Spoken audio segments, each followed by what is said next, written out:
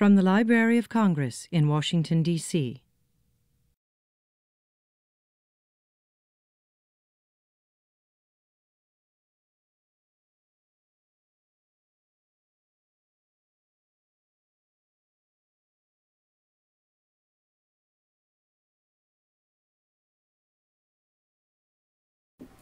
So welcome everybody. I'm Fenella France, Chief of the Preservation Research and Testing Division, and on behalf of our Director Mark Sweeney, I'd like to welcome you all here both in person and those of you remotely. We will be having question and answers at the end. Just to let you know, the session is being filmed, so if you ask a question, your voice will be being recorded. Our presenter today is Stephanie Stylo. Welcome back. And Stephanie is the second Claire Mellon Fellow at the Library of Congress.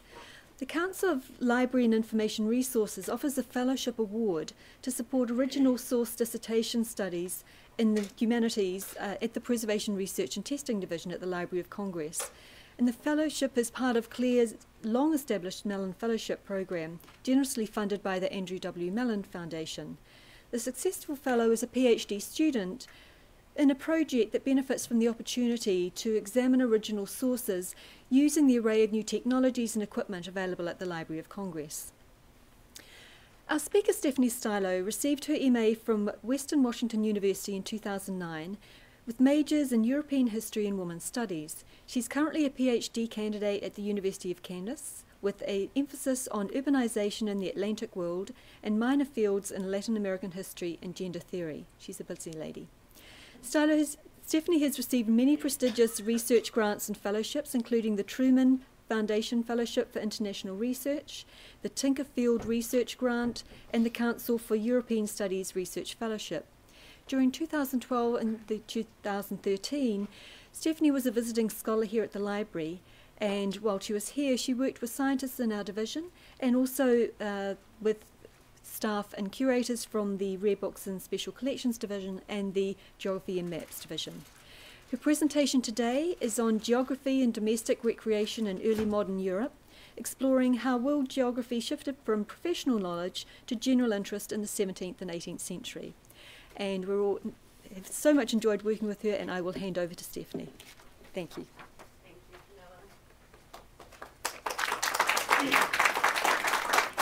Okay. Well, thank you all for coming. This is a wonderful, this is such a treat. I was a little worried with the shutdown and everything if we would have anyone, that would have time to come back and listen to me talk about domestic recreations in the early modern world. So I appreciate all of you being here. This is really, really such a treat for me that you are here. So a few things before I begin. Of course, we always have to be incredibly grateful about where our money comes from, and certainly the people that help us along the way.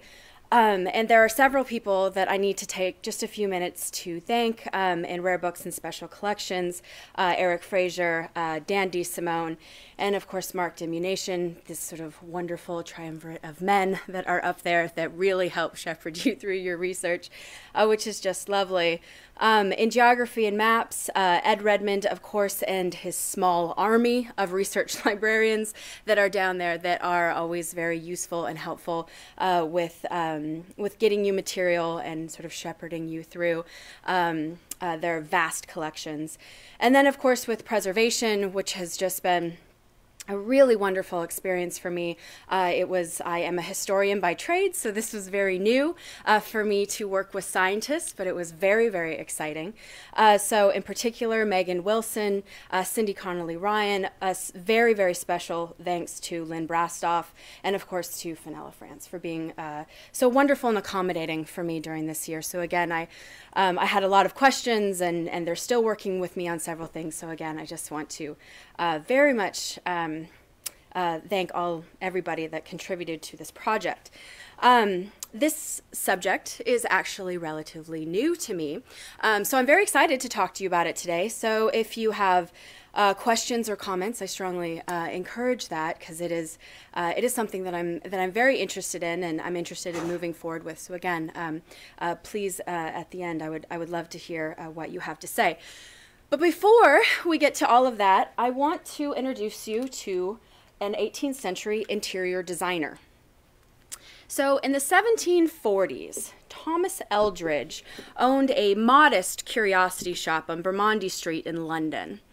Now, boasting of significant profits and what he called infallible success in his business acumen, Eldridge not only ran a supposedly bustling shop, he also claimed to make a quite tidy profit, traveling throughout London and the coastal towns of Yarmouth and Harleston, offering to transform any household from a mere living quarters into what he called sites of wonder.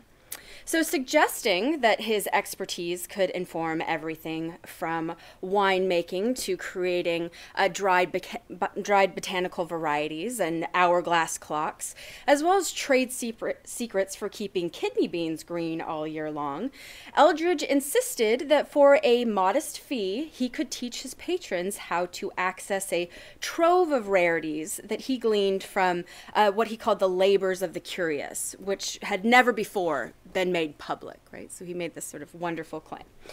One of Eldridge's most intriguing and indeed lengthy descriptions of home redecoration regarded what he called an artificial garden. So first, Eldridge advised enclosing a room in a series of floor-length mirrors to create an infinite effect. And if you've ever seen this, it actually does work. It's quite fascinating. In the middle, patrons could hang a glass globe with branches and leaves and seasonal fruits to create a dynamic botanical garden within their own home. Right? Very curious, very interesting. For a more dramatic and educational effect, Eldridge suggested pasting colored prints to the base of the infinite mirror, so a viewer could be transported into any scene or location they found most alluring. So iconic buildings and far-off cities with foreign peoples and histories were no longer bound to the exclusionary expense of travel, right? Rather, Eldridge claimed that every household could transport its residents and visitors to anywhere they desired, right? A curiosity, he suggested, that would never fail to delight or educate. So Eldridge's rather unique interior decorating career was responding to a growing interest in collection, memorization, and interaction with geography and the natural world by non-professionals in the 17th and 18th century. The commercialization of these interests, I think, really accounts for Eldridge's supposedly robust client list and the interest of patrons in exploring and exhibiting their worldly knowledge in their homes. However, Eldridge's services were unique to the time and were the result of certainly several shifts in geographic knowledge and the reformation of economic markets in Europe after the Age of Exploration. In the wake of Atlantic exploration and the circumnavigation of the globe in the late 15th and 16th centuries, Europeans began a process of reforming a globe notably different from medieval cosmologies. The biblical conception of the OT map of Isidore of Seville slowly gave way to Ptolemy's geometric grid of longitude and latitude, and later Abraham Ortelius's expansive atlas, The Theater of the World, right, this famous work, which combined Ptolemaic precision with sensitivity to new geographies revealed through exploration. By the end of the 16th century, a range of cartographic images, travel narratives, and paintings created what became known by most authors as the four parts of the world, right? Europe, Africa, Asia, and America, right? These things had to emerge, right? During this period, geographic knowledge very slowly entered into European homes, usually in the form of expensive, fully illustrated cartographic atlases, which highlighted the worldly knowledge of their patrons. However, by the 17th century and certainly by the 18th century, increasingly cheaper prints of single-sheet maps, atlases, travel narratives, and natural histories, which we'll see in a little bit, ranging from wondrously exotic sea creatures to newly discovered plants and animals, created a robust marketplace for texts and objects designed for non-professional interest in the world and its many different locations. By the 17th and 18th century, collection and memorization of geography had become not only a way to express your genteel status, but an activity with these supposedly appreciable benefits for an individual in their home country. So in this lecture, we want to explore the subject of geographic curiosity, is what I'm calling it, during the 17th and 18th centuries. I'm going to argue that world geography emerged both as much as a domestic curiosity in the natural world as it did a professional pursuit among university scholars or royal administrators. This education was fostered largely through physical, visual, and conceptual exercises and objects meant to engage every person, which many authors argued regardless of age, sex, aptitude, or even income. So to explore this process in more detail, this lecture will look to texts which recommended domestic activities such as mnemonic games and coloring printed maps and foreign natural histories as a way to elucidate the growing interest in geography outside of professional universities and academies. By exploring these texts and objects in the environment for which they're intended, meaning domestic settings, right, in the home, this lecture will emphasize early modern homes as places where questions about the natural world and geography were both posed and in many ways investigated. I will conclude by suggesting that these activities were dynamic and not always gazing outward, right, to the world at large. As knowledge about the four parts of the world emerged in European marketplaces and domestic spaces, Europeans became more inclined to explore their own countries with the same inquiry and interest, right? And the backyards of well-known countries in Europe were washed anew as spaces of wonder and curiosity. And authors actually admonished travelers for chasing the wonders of foreign lands before they could fully converse about the remarkableness of their own.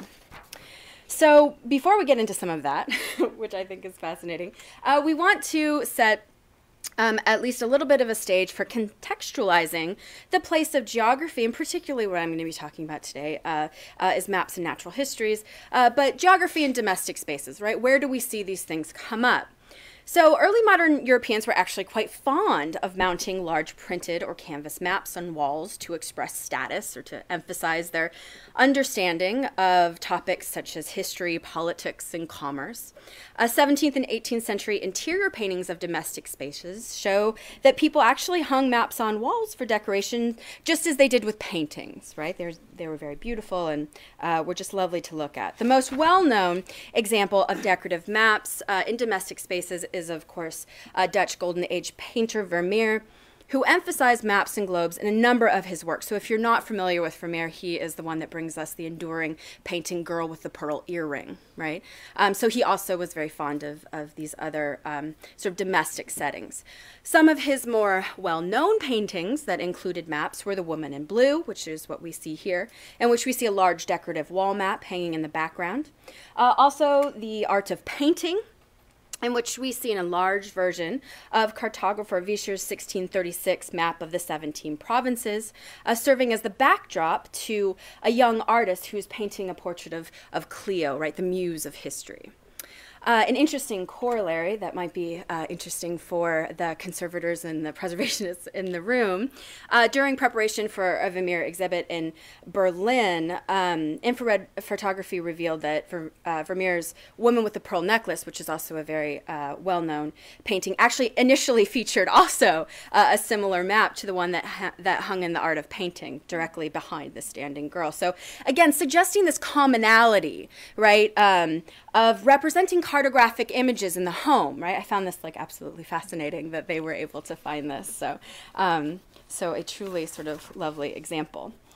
So as opposed to these expensive wall maps, single sheet maps could be cheaply framed, colored, and hung. Actually, the simplest procedure was to slide the top and the bottom of a map into 2 groove sticks and fasten it with nails and just sort of hang it on the wall, right? And compared to paintings of the same size, colored maps were actually relatively cheap, right, for decoration and could be easily replaced, right, if it was damaged or if you just so desired for something new to look at. Now, in addition to decoration, maps also enabled individuals to engage in what many authors called a meditative journey by documenting knowledge accumulated through exploration, both cartographically and pictorially. Serving as effective research tools through their descriptive illustrations, print retailers sold single-sheet maps or bound atlases for study at home. So capitalizing on this expanding market for cartographic materials, many booksellers in the 17th century began selling printed instruction manuals by artisans ranging from artists to clockmakers that suggested that purchasers could gain a deeper understanding of their cartographic possessions through coloring the images themselves in the comfort of their own home. Here we go. So in 1678, Richard Bloom, a 17th century publisher who specialized in lavish coffee table books about the arts and sciences, Bloom is a name that that's going to come up sort of over and over, so it's something we're going to, so just get familiar with him. He published a book entitled Gentleman's Recreation, which argued that map coloring was a superior way to engage even the meanest capacities to the subject of geography, meanest capacities usually meaning women and children. Bloom argued that prints, even if colored at home by non-professional illuminators, would be equally educational and visually pleasing, stating that, quote, the practitioner may be able, for their better illustration, to put them into apt and fitting colors, as well for distinction's sake as the delight of the beholder.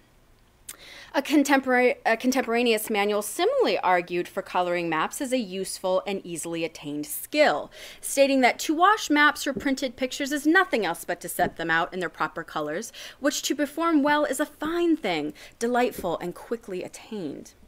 Several manuals argued that because the practice of coloring maps was equally entertaining as it was educational, that it was an activity suitable for the entire household.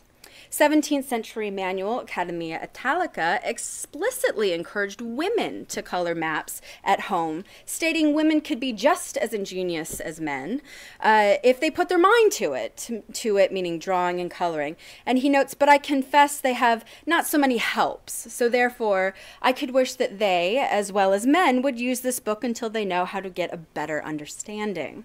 Francisco Martinez wrote Prontuario Artístico, additionally outlined the usefulness of drawing and coloring maps and prints in the education of Spanish children, advocating they learn how to outline the 4 continents and their cartographic iconography so they would be able to express any, what he said, map, object, assumption, or idea in their studies at home.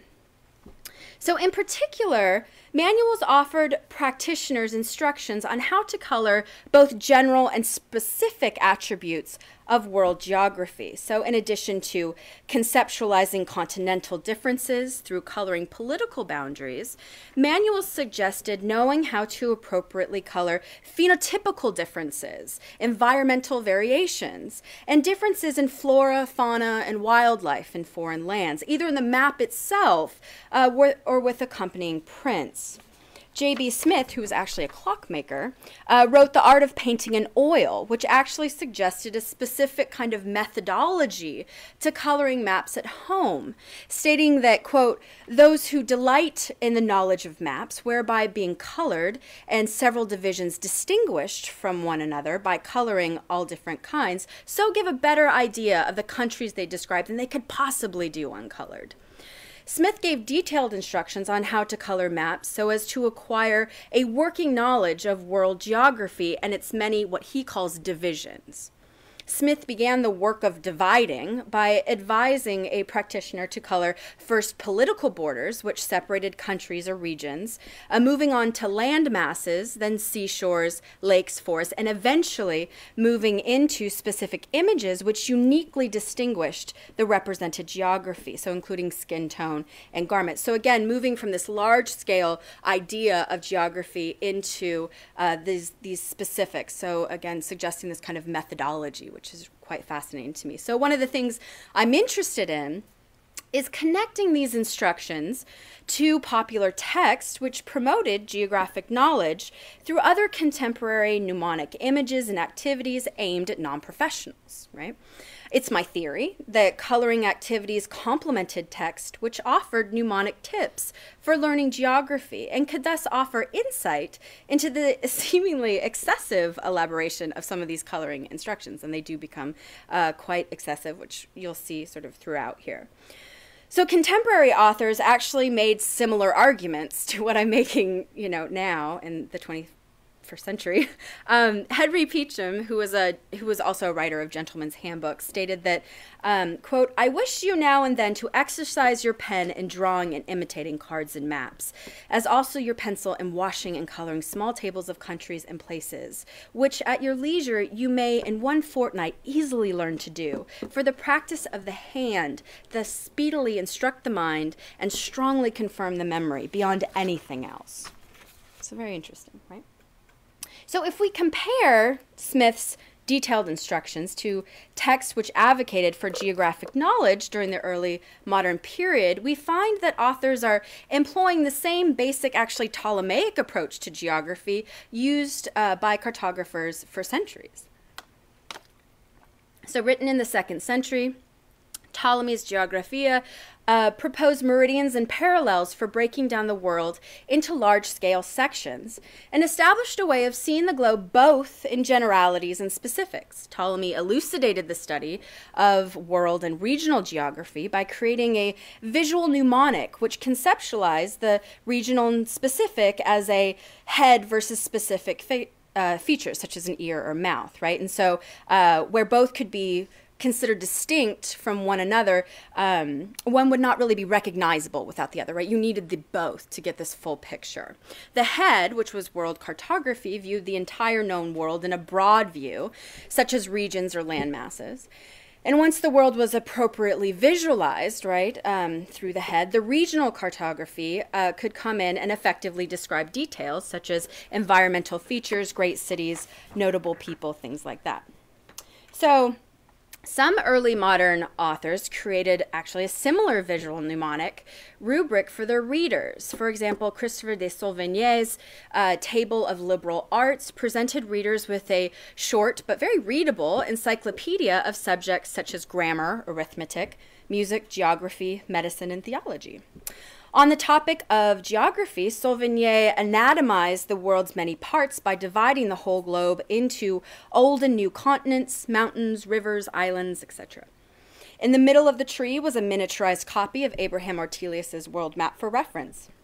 Now, surrounding the tree was a circular border which emphasized Sauvigny's overall approach to geography, knowable through dissection of its many parts. So beginning with the idea that the world is divided first into sizable provinces, Sauvigny continued to partition the globe into progressively smaller units. Very eloquently, I think Sauvigny saw the final unit being the measurement between one's own fingers, right? Really sort of a beautiful way to end that. So nearly 100 years later, Richard Bloom, again, that guy that we keep talking about, included a translated version of Sauvigny's Geographic Tree of Knowledge before his instructions for coloring maps in his Gentleman's Recreation, suggesting the reader begin by conceptualizing and then coloring the realms of the earth to progressively finer details, concluding here with grains of barley. Now, in addition to mnemonic texts and images, popular games such as playing cards further visualize the world in its regional divisions. Used as memorization games, geographic playing cards, which are absolutely fabulous, by the way. I mean, this needs far more study. These cards are just wonderful, and there's a lot of them. They were usually printed, often with color to emphasize difference, cut to size, and mounted on pasteboard for durability.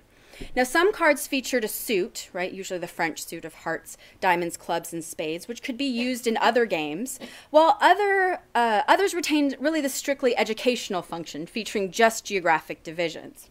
So increasingly, really, throughout the 18th century, cards were actually used as part of larger games, which integrated world maps and an attendant instructional booklet or geographic cards, right, to sort of further the fun of the game. However, the fundamental premise of nearly all the cards that I've seen from this time period rely on the same sort of progression from regional to specific we see in coloring instructions and visual and textual mnemonics. So again, what I'm looking at here, what I'm eventually trying to do is to look at the early modern methodological approach, right, to geography across these many different fields, right, especially for non-professionals. So in addition to coloring the physical contours of the world through political and environmental borders, authors offering instructions on map coloring also included directions on how to color various human communities around the globe, as well as foreign and natural histories. The inclusion of these additional instructions reflect changes in maps available for purchase, as well as an introduction of a range of printed materials commonly associated with geography during the early modern period. So first, again, it's worth repeating, as knowledge about the various peoples of the world increased, a range of geographic goods such as decorative maps, travel narratives, cheap prints and natural histories, and books of wonder, right, streamed off presses to inform Europeans about the physical and environmental features of the globe. Printed cartographic images often embellish the novelty, variety, and strangeness of foreign lands by emphasizing foreign peoples, dress, animals, and even plant life. Influenced by the styles of popular Dutch cartographers such as Blauw and Frederick de Witt, map makers and printers throughout Europe created similarly decorative designs which gave particular characteristics, right, to the four parts of the globe. This is one of my favorites, Murillo Velarde, who was just a wonderful early 18th century cartographer, and calls these images hieroglyphs, right, which is a very sort of interesting visual language. I think that's just wonderful. So in addition to the maps themselves, print sellers sold the idea of an exotic world attainable through study by providing consumers with prints which added to the usefulness of a map, right? In particular, publishers produced natural histories. Some were advertised as these natural curiosities, which could be purchased as multi-volume catalogs or single-sheet prints. Publishers believed the connection actually between geography and natural history so strong that some advertised them as naturally complementary. For example, in the concluding pages of Academia Italica advertise diverse maps, pictures, copybooks, books of beasts, birds, flowers, fish, fruits, flies, neatly cut in copper, and all worth buying, being very pleasant ornaments for houses, studies, and closets. So here, in this image, we have a very typical example of an affordable natural history workbook that would be sold sometimes with, often with an accompanying map for more in-depth study, right, of world geography. The set is actually by a German engraver, Hollier, who worked in Germany, England, and the Netherlands throughout the 17th century, and he comes up in a lot of print inventories as well, right, of what people are actually selling or what's on sale that week if you're interested in buying these things. So here we see featured a series of animals and plants that have really a rough geographic association. This is not an exact science, right? This is meant to give the casual observer an idea of the variation which existed in the different regions of the world. There's also a print here that I quite like that features a combination of natural history and a human community, right? You have, Haller shows the polomi, which is a jackfruit indigenous to China. The image captures, the natural environment of the fruit, this anatomy of the jackfruit itself, right, foregrounded here, and its usage by the indigenous population. So this is very sort of lovely print, I think. So authors and publishers responded to the consumer market for decorative natural histories of foreign lands by often amending their instructions on how to color maps to include suggestions on how to color a range of foreign animals, birds, flowers, and plants. So for example, in addition to instructions on how to color maps, William Salmon, he claimed to be a doctor, but also an occasional alchemist, included a visual primer for drawing and coloring beasts, birds, and insects, arguing that such subjects were not at all hard to be laid in color. However, in doing so, it is absolutely necessary to have a living pattern right before your eyes. So, interestingly, Salmon's allusion to using a living pattern actually didn't mean that only travelers, right, people that had the money to go and travel could draw and color natural histories. Rather, he cautioned practitioners to work with realistic printed copies in order to color or draw appropriately. So in fact, I'm finding that engravers often worked closely with travelers and explorers, as well as their very wealthy patrons in Europe, while they were in foreign lands to compile the most accurate description and images of foreign natural histories. So, for example, Reverend John Bannister, who was a 17th century university-trained naturalist, traveled from Virginia to Barbados, collecting specimens to ship to his wealthy patrons back in Europe, right? During the entirety of his travels, Bannister corresponded with an engraver in London, sending drawings which he hoped would eventually turn into a fully illustrated natural history of the world. So here we see some corrections regarding these previously sent drawings. There's this like wonderful correspondence that's going on between this engraver and Bannister while he's in his travels. And, you know, here he notes, you know, let the graver make the stock 2 to 3 inches shorter, for by inadvertence it is made so much too long. Please do add some such like flowers as these to the figures I formerly sent. So again, this real insistence on visual accuracy in his descriptions, because in his correspondence, he notes that he really believes that his work was going to reach into the homes of Europeans to educate them about the New World, right? And he has this tremendous sense of responsibility that comes out in his text. Now, despite the seemingly, especially for us that live in this wonderful globalized world, right? The seemingly sedentary nature of studying geography at home, some authors actually argued that investigating foreign lands, peoples, and natural histories through print could be a viable substitute for travel, actually, for many people who couldn't afford to leave their homelands. In his geographical descriptions of the 4 parts of the world, Richard Bloom noted, "But some are too old to travel. Others are young enough, but their occasion perhaps will not admit the liberty, or their purses allow the expense. So that to those a sedentary traveler," which is an idea that crops up every once in a while that I'm tremendously fascinated with, this idea of a sedentary traveler, it meaning the studying collection of geography in the home, is necessary, it tending so much to the increase of knowledge. So interesting stuff. So my last section here is an additional part of my research that I'm doing at the Library of Congress is that in addition to really situating coloring geographic materials within its pedagogical context of the time, I'm also actually very interested in recreating the marketplace for these activities, ultimately. Map coloring, I think, is particularly amenable to this kind of analysis because the 17th and 18th century saw many more colors available than in previous centuries. You have indigo, cochineal, Prussian blue, as well as sort of a fundamental broadening of consumer markets for leisure activities in many countries in Europe more generally. So part of my research at the Library of Congress has been working with the Preservation Division to employ technologies such as X-Ray Fluorescence and Hyper-Spectral Imaging to differentiate what was being suggested, what was being sold, right, on the open market, and what was actually being used in the practice of map coloring, right, trying to bring some of these all together to track these markets. So for a historian, this is a sort of very intriguing analytical approach, and I think that it opens the doors to incredibly intriguing possibilities, as well as questions, right, about authenticity in historical documents more generally.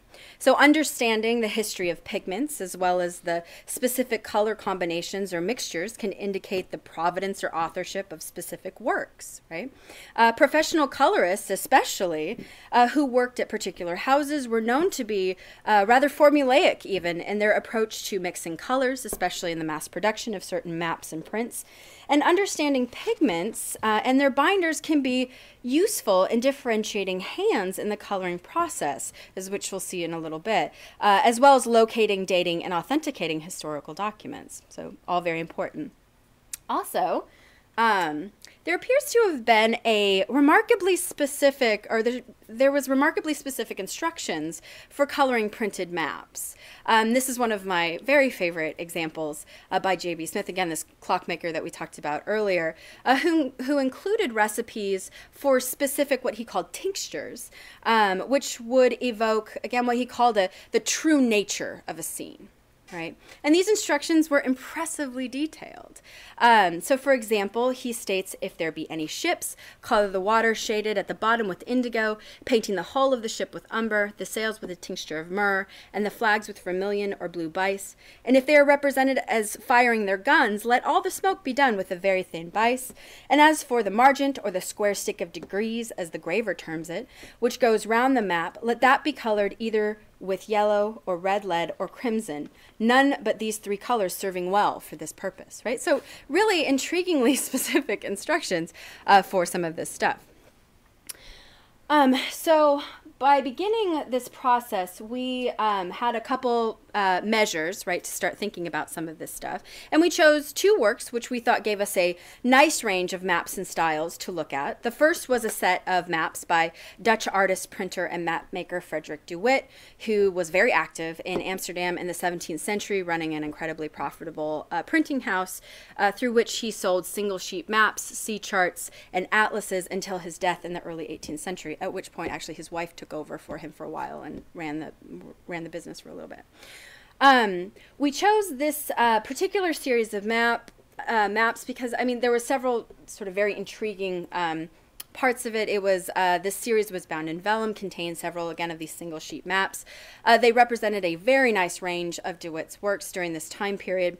All maps had colors which ranged from light to opaque, so you had this very interesting sort of range of colors. You also had a fair amount of marginalia within the maps themselves by an Italian owner in the early 18th century, so I thought that perhaps would give us some indication of the time of coloring, because there was this sort of engagement with these with this author.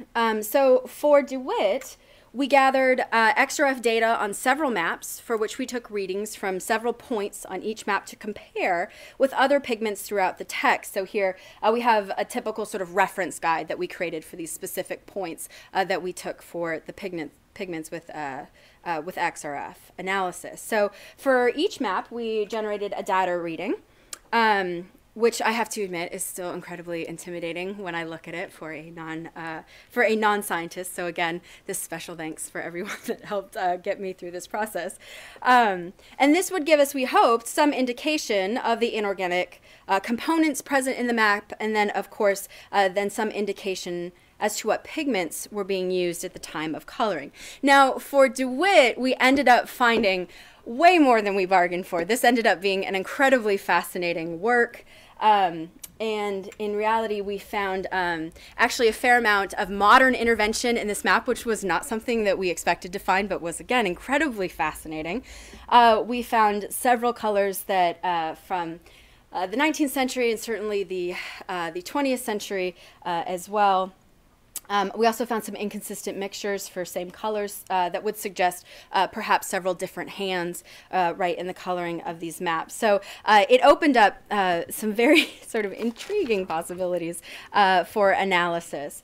But you know, in addition to the analysis, we also looked in great detail with a microscope over some of the points that we referenced in our XRF analysis, and we found some even further intriguing things that were coming out in this map.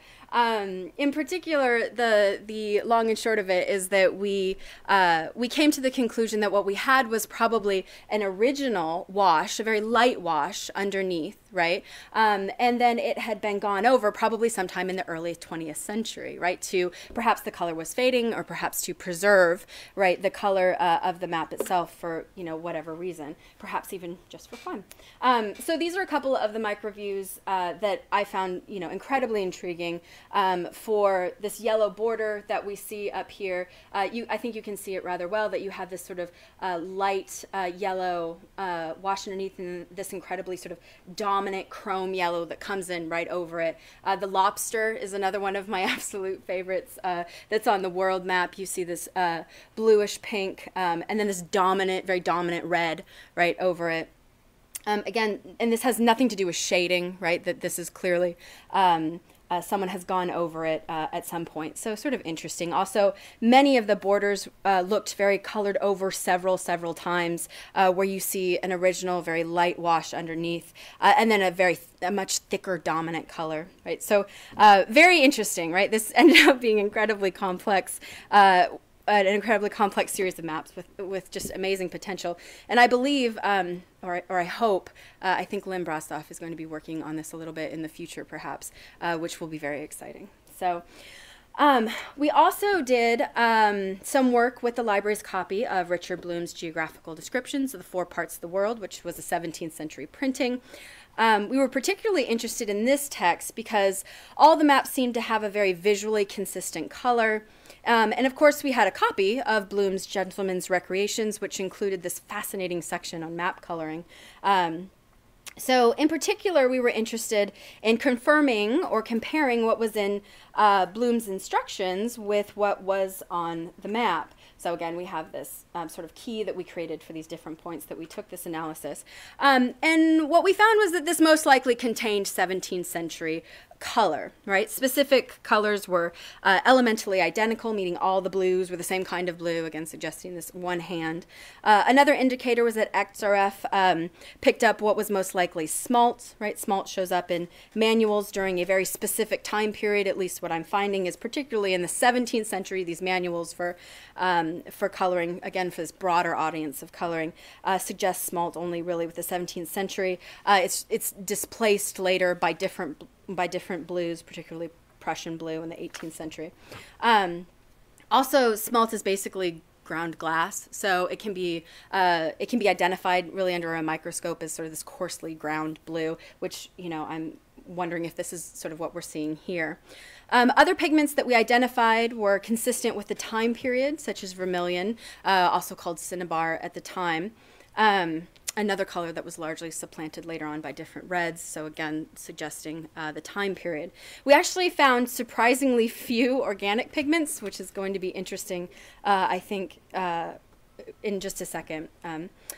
So now that I have sort of all this information and a place to start with all of this, I'm interested in matching what was in coloring manuals with the costs of pigments in the marketplace in the 17th and 18th century, perhaps using this comparison as an indicator of interest in coloring prints at home, as well as the commercialization of coloring during the early modern period. For this, I have begun comparing pigments in the maps with apothecary inventories and printed manuals and advertisements, which gave prices for colors. In particular, I'm finding some very interesting variations in price and quantity being sold during the 17th and 18th century. Most likely, again, due to the amount of pigments being brought to the market, as well as the desire of consumers to purchase smaller amounts for use at home. So, for example, a shop selling vermilion could give a purchaser a choice. You could buy an ounce for a few pennies, purchase an ounce already mixed with the appropriate binder for a little bit extra of a fee, or purchase an entire bladder for triple the cost, right? Usually this would probably be for professionals that needed this. So, but the range exists, which is something that I'm really interested in.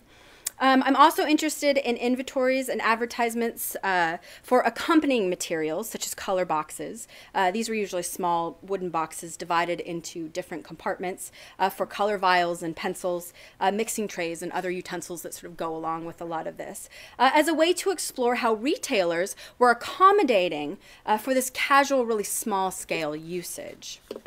Also, in looking for the data from preservation, I was particularly interested in exploring, and I'm still interested in exploring, this is sort of an ongoing process, the use of organic versus inorganic materials. So many authors, including Bloom actually, demonstrated a real remarkable sensitivity and business acumen, I think actually, regarding how to sell the idea of coloring prints at home. And this strategy included marketing not just instructions for coloring, but also the specific materials that you would use. So authors knew that most people had very little interest in turning their homes into full-fledged artist studios, right?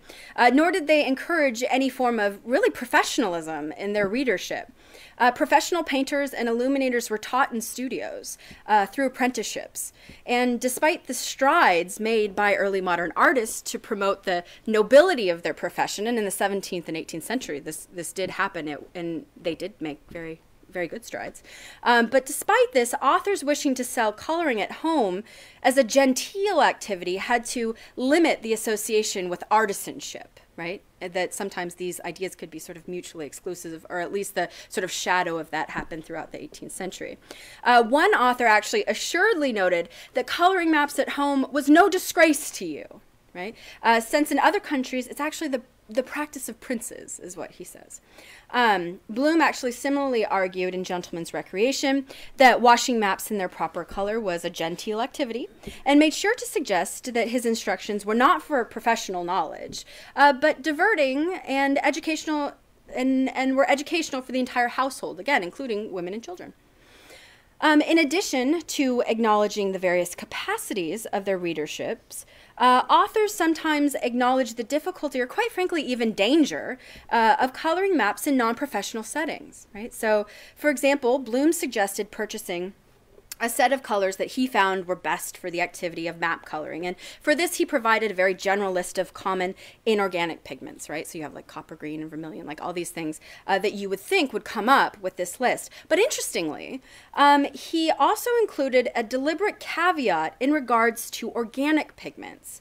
So he noted that though they are often esteemed of low value, colors extracted from flowers, juices, herbs, and roots, what he called natural colors, were actually best for prints and maps, as their transparent consistency would not obscure the quality of the printed line. Organic pigments were also cheaper than professional grade pigments such as verdigris, which is a copper green, or orpiment, both of which were not only what he termed unnatural, but also dangerous for people not accustomed to working with inorganic pigments.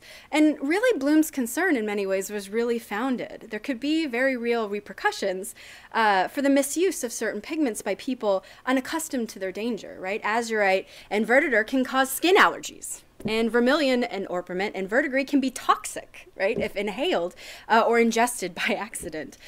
So authors usually provided brief safety instructions for using toxic pigments, especially for first-time users, and sometimes offered natural alternatives, right, such as buckthorn berries, also known as privet berries, which at different points of maturation yielded a quite lovely transparent green and yellow that was ideal for map coloring. So, in addition, popular how-to manuals, often marketing themselves as books of secrets, offered secret recipes for making easier, safer, and cheaper pigments at home with natural ingredients such as urine, manure, and eggs. So, as I conclude this lecture, I would like to remind us about the importance of looking at the various forms of engagement with subjects such as geography and natural history in the early modern world. Maps, both then and now, invite comparison, right? For early modern Europeans, dots representing distant cities in Asia or the Americas were placed in new visual relationships with Europeans, their borders drawn largely due to the process of colonization. This process of composition and comparison created what Benedict Anderson calls a totalizing classification, which allowed Europeans so effectively to fill in maps with stories from explorers, military forces, and surveyors. For an individual looking at a map in the 17th century, the image functioned as a spatial framework through which they could order their knowledge about the world. Europe separated from Asia and Africa, and oceans became dividing lines between human communities which were understood now as foreign to one another. So as we begin to ask the questions, how did geography shift from professional knowledge to general interest? And what were the conceptual and material mediums of this transition? We need to look at the way Europeans filled in the map, sometimes quite literally.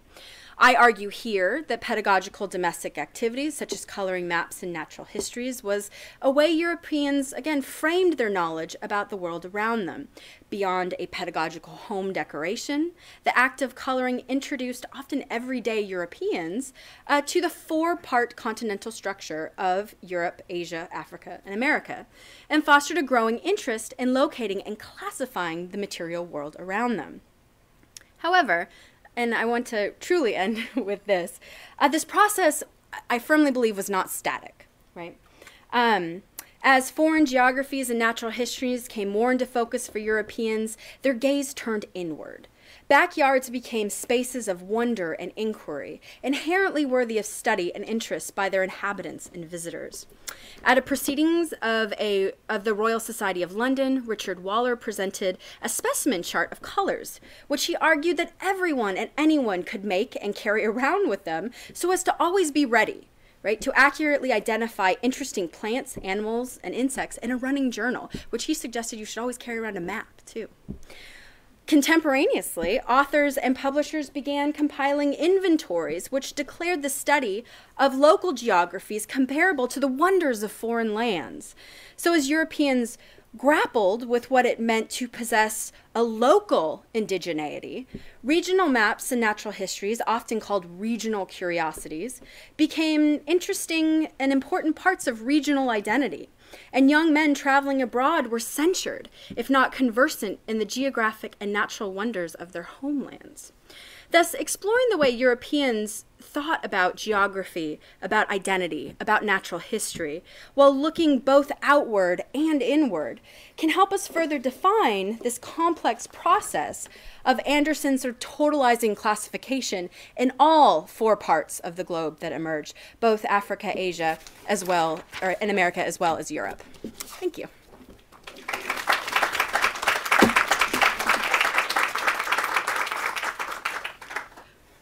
I couldn't help thinking, as Stephanie was saying, that you know, he encouraged you to carry around your little map and whatever.